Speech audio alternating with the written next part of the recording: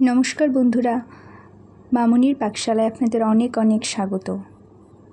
সর্ষে পাবদা তো অনেকেই খেয়েছেন। আজকে আমরা তৈরি করব পাবদা মাছের ঝাল।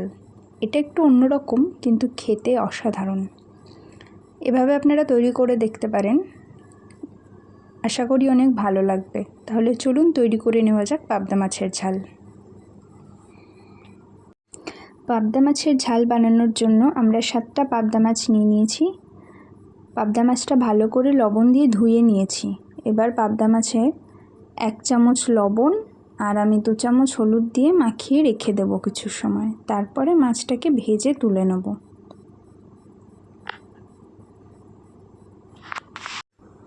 এবার আমি 1 চামচ আদা বাটা নিয়েছি আর জিরে আর শুকনো লঙ্কাটাকে আমি একসাথে মিশিয়ে বেটে নিয়েছি। মোটামুটি জিরে আর শুকনো লঙ্কা 2 চামচ মতন হয়েছে। মাছ ভাজার জন্য কড়াইতে এবার তেল দিয়ে দিলাম। কড়াইটা বেশ ভালো করে গরম হলে তারপরে আমি মাছটা এক এক করে দেব। মাছটা কিন্তু বেশ ফুটতে পারে, কারণ পাবদা মাছ আমরা জানি তেলে দিলে বেশ ফোটে, তাই একটু সাবধানভাবে মাছটা ভাজবেন। এবার এক এক করে তেলটা ভালো মতন গরম হওয়ার পর আমি মাছটা দিয়ে দিলাম। ভালো মতন তেল গরম না হলে কিন্তু মাছ অনেক সময় লেগে যায়, তাই একটু খেয়াল রাখবেন যাতে কড়াই থেকে যখন তেল দেওয়ার পর ধোঁয়া উঠবে তখন মাছটা ভাজবেন।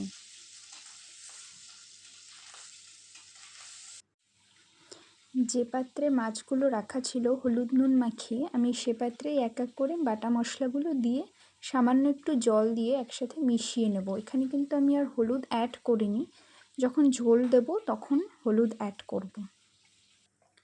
দেখুন আমাদের মাছ ভাজাগুলো মোটামুটি রেডি। আমি হালকা করে একদম ভেজে নিয়েছি, আপনারাও এইভাবেই ভেজে নেবেন। মাছ ভাজা হয়ে যাওয়ার পর যে তেলটা ছিল তাতে আর সামান্য একটু তেল অ্যাড করে নেব আমি পরে, আর 1/2 চামচ জিরে ফোড়ন দিয়ে দিলাম।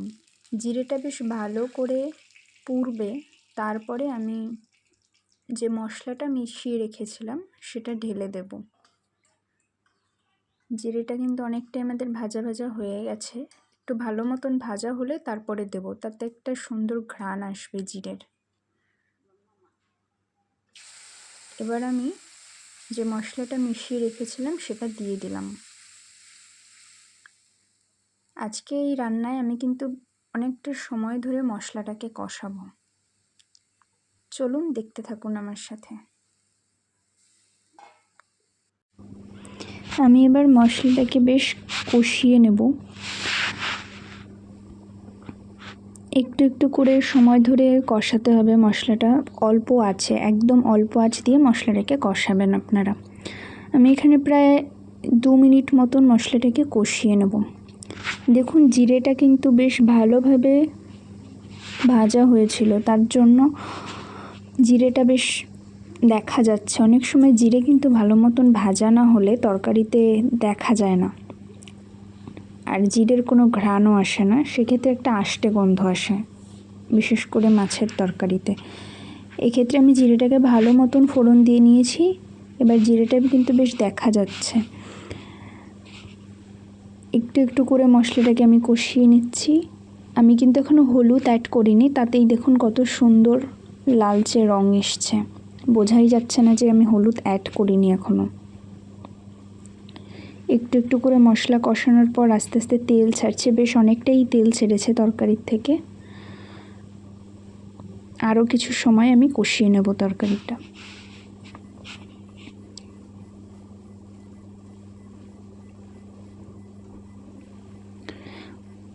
আমাদের মশলা কষানো রেডি। এবার আমি জল দিয়ে দিলাম।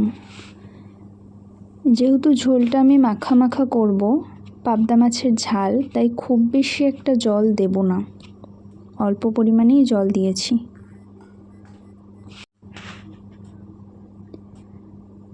জলের মধ্যে এবার আমি 1/2 চামচ হলুদ গুঁড়ো দিয়ে দেব, দিয়ে বেশ ভালো করে মিশিয়ে নেব।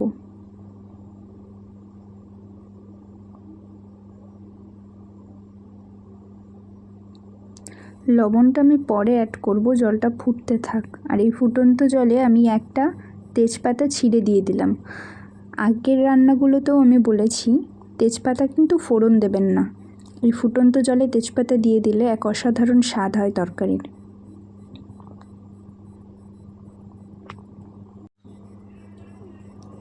আমাদের মাছের ঝোলটা কিন্তু বেশ ফুটছে, দেখতেও সুন্দর লাগছে। এবার এক এক করে মাছগুলো আমরা দিয়ে দেব। আমি মাছগুলো দিয়ে দিলাম। এবার আরও কিছু সময় জাল হবে, বেশ মাখা মাখা হবে তরকারিটা।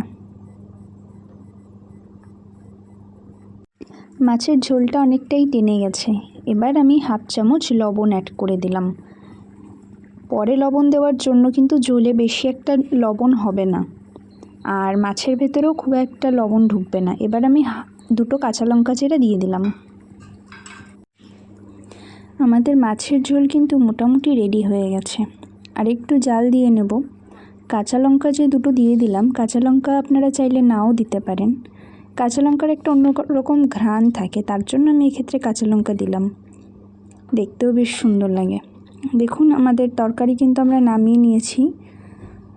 মাছের ঝোল আমাদের পুরোপুরি রেডি। চটজলদি এভাবে আপনারা তৈরি করে নিতে পারেন পাবদা মাছের ঝাল। রেসিপি কেমন লাগলো অবশ্যই কমেন্ট করে জানাবেন। লাইক, শেয়ার, সাবস্ক্রাইব করবেন। সুস্থ থাকবেন, ভালো থাকবেন।